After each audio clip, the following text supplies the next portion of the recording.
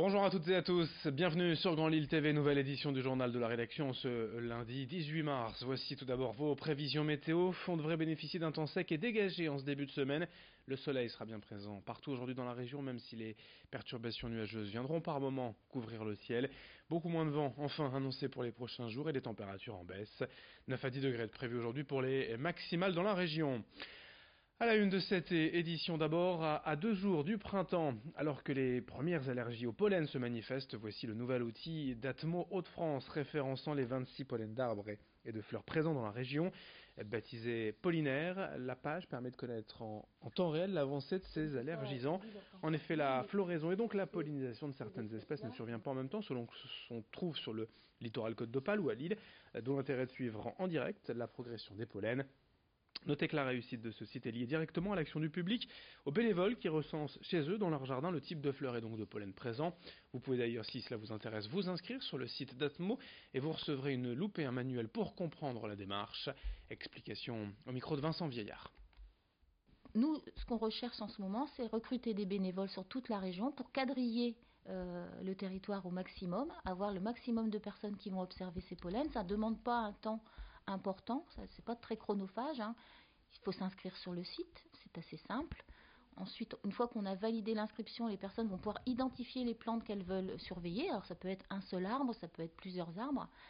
Généralement, les personnes qui sont déjà inscrites, on a déjà 150 personnes inscrites. Et puis, observer 3 phases de végétation. Le début de la floraison, la pollinisation et la fin de pollinisation. Grâce à toutes ces données, on va pouvoir alerter au plus près et au plus vite les personnes qui sont sensibles. L'objectif, c'est d'avoir des résultats rapides, interactifs, pour que les gens ils soient prévenus au plus tôt. Alors, grâce à ça, ils vont pouvoir adapter leur traitement, adapter aussi leur comportement et peut-être prendre moins de médicaments. La question des vaccins, de retour dans l'actualité après la mort d'une personne il y a quelques jours en France due à la rougeole.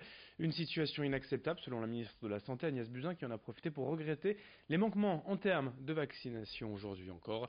Explication en plateau avec Xavier Silly. Dans les Hauts-de-France, la couverture vaccinale contre la rougeole reste bien insuffisante et pourtant, un premier chiffre peut sembler très bon de prime abord. 90% des enfants de 2 ans bénéficient de la première dose du vaccin. C'est pour la deuxième et dernière dose que tout cela se complique, puisque celle-ci est bien moins administrée. Alors selon les dernières données de Santé publique France, qui datent de 2015, 76% des enfants nordistes de 2 ans avaient reçu les 2 doses de vaccin, un chiffre à mettre en perspective avec la moyenne nationale cette année-là, qui était de 79%, soit 3 points de plus. Alors c'est dans le Nord que les chiffres sont les plus bas, avec en 2015 une deuxième dose administrée à seulement 74% des enfants de 2 ans. Le résultat est là, avec une couverture vaccinale de 2 doses ainsi insuffisante, eh bien le risque d'épidémie augmente largement. Dans l'actualité de la métropole lilloise, directement la colère d'Alain Bernard, le vice-président chargé des finances, face aux baisses des dotations de l'État. C'est un refrain bien souvent entendu ces dernières années de la part des élus locaux et qui concerne cette fois la gestion des ordures ménagères. Historiquement, Lamel a toujours budgétisé ce poste à hauteur de 115%, une enveloppe surévaluée afin, selon Alain Bernard, d'anticiper les éventuels investissements. Mais désormais, l'État impose un budget à coût réel, ce qui devrait à court terme faire baisser la taxe d'enlèvement des ordures, mais le risque c'est qu'au prochain investissement d'ici 2 à 4 ans, les tarifs soient sensiblement augmentés. Plus largement, le vice-président aux finances critique la diminution constante des aides de l'État. Depuis 2014, Alain Bernard estime en effet que la MEL aurait perdu 330 millions d'euros de dotation. Ces explications recueillies par Xavier Silly.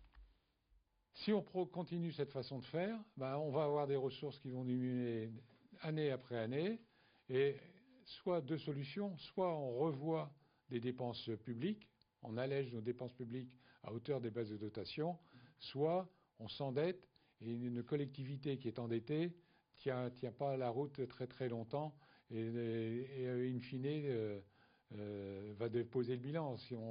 Dans les collectivités publiques, c'est pas possible, mais on serait encadré par une gestion par le préfet.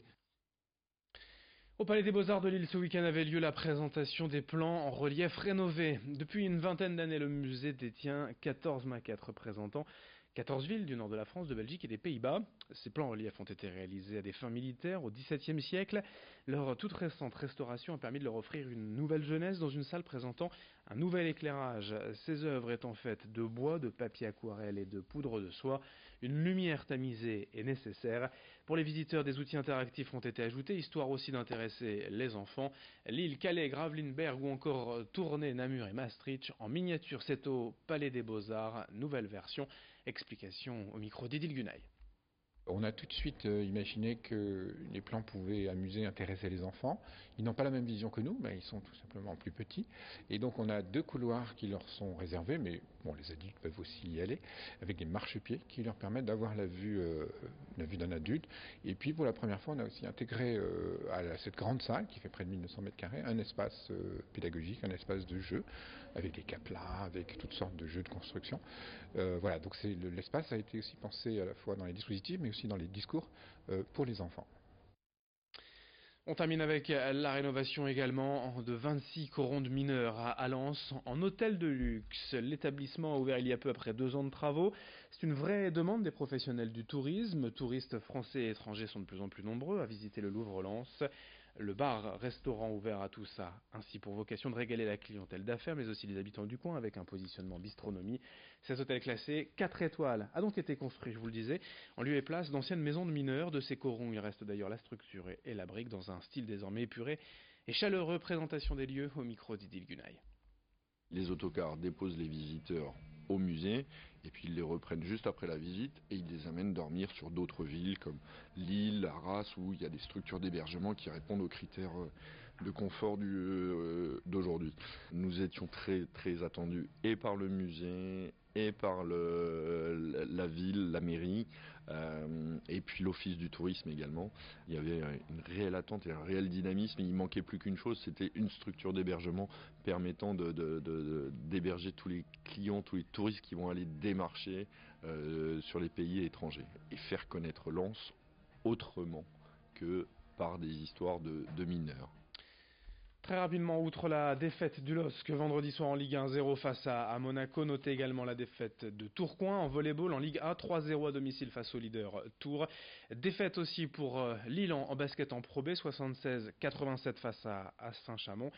Et défaite également pour le SBVA en Ligue féminine de basket 51-72 face à Tarbes. Fin de cette édition sur Grand Lille TV, à suivre bien sûr vos prévisions météo.